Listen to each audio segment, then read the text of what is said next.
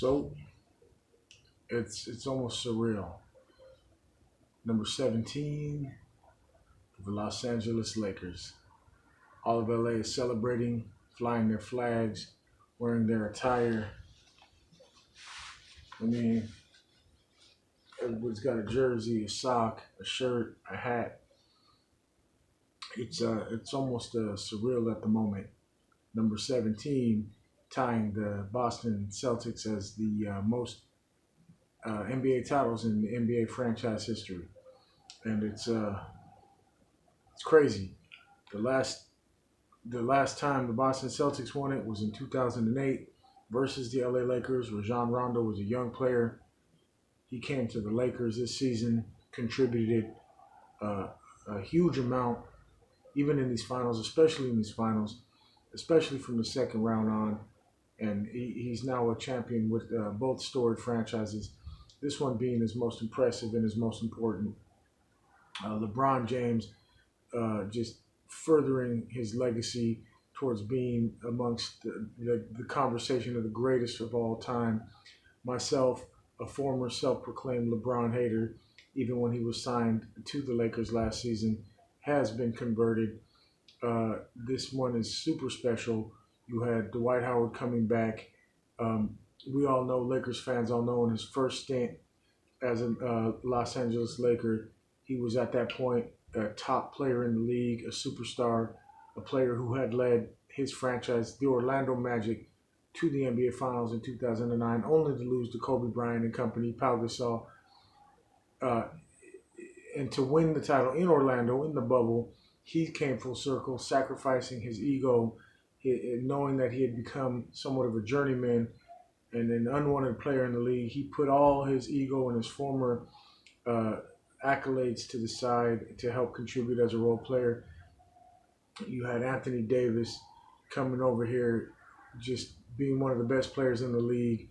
LeBron James playing out of his mind, one of the best players we've ever seen of all times in the NBA, just playing out of his mind, showing true leadership on and off the court, and just posting his 11th career triple-double in the finals.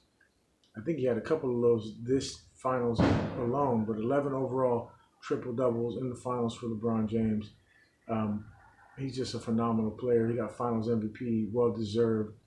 You had everybody stepping up, filling the role, playing their part, and, doing it for Kobe. Mamba mentality after his tragic passing earlier this year, as if that wasn't enough.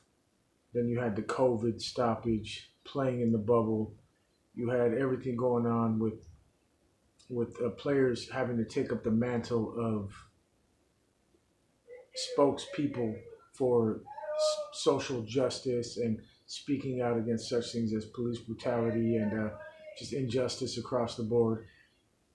And I feel like LeBron James, speaking of his legacy, did a great job of being a vocal leader, of not shutting up and dribbling, being a vocal leader for the social justice movement, and not alienating anybody either.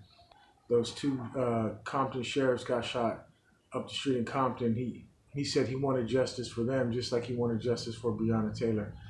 Tonight, his post-game speech, he spoke very eloquently about what it means to be a Laker, to do it for the franchise, for the legacy of Dr. Bust, Kobe, Magic, the man who helped bring him to the Lakers last season, for Jeannie Buss, everything. He said he wants to continue to use his voice to fight for social justice, against social injustice everywhere in this country, which he says he loves, to make this country a great place for everybody who stays here, who loves this country. He said those words.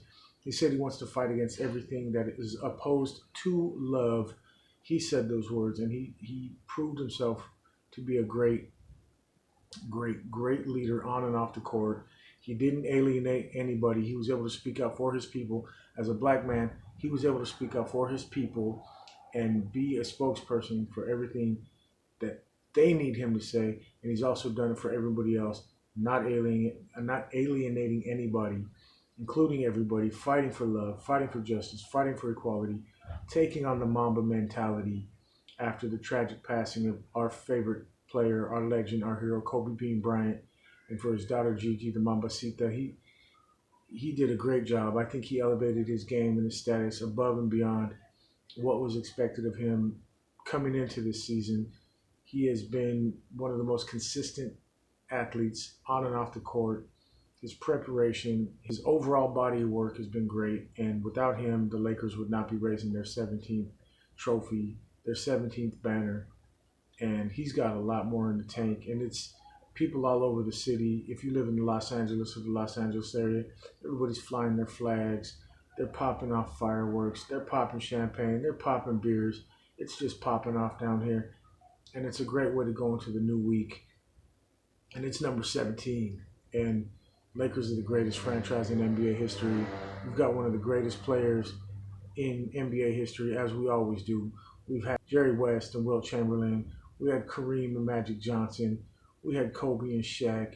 We had Kobe and Powell. Now we have LeBron James and Anthony Davis. And who knows, maybe they can bring multiple titles as a duo, as a tandem. That remains to be seen. But all of Los Angeles and all the Laker Nation and all the Lakers fans in Southern California and across the nation and across the world are going to be celebrating this, and it means a lot. We couldn't do it at the Staples Center. There won't be an official parade. I'm sure people of Los Angeles will figure out a way to storm Figueroa and be out there en masse somehow, some way. I will be at work during the week, so it won't be me, but I will be here in my studio celebrating all week long. I will be cracking LA-based beers as I normally do, and I will be celebrating to the fullest. We've got a beautiful life to celebrate. Despite everything that's going on, we can still put it to the side and enjoy sports and enjoy what that means on a worldwide stage. What it takes, the dedication to the craft, the focus of these players being in the bubble for 4 months away from their families, no fans to give them that extra energy, and just bringing it home. It's a really, really special moment. Hasn't quite sunk in yet, but LeBron James' legacy, he didn't let it go to a Game 7. He played phenomenally throughout the playoffs, especially in these finals, and he was unselfish on and off the court. Just a great leadership across the board. And here's to number 17. I'm no expert. I just call it how I see it, and I'm having a great time. And for me, I'm almost at a loss for words, but then I got a lot to say. I don't know. I'm just happy. Go Lakers. Purple and gold. We bleed purple and gold. Laker Nation for life. Number 17. LeBron James is up there in the conversation for the GOAT. Like I said, I'm no expert. I just call it how I see it. He is one of the most well-rounded, well-respected, and he just led this squad, his third separate team, to the finals, to the championship, his fourth title in 10 trips. Here's to the Lakers. Number 17. You went out.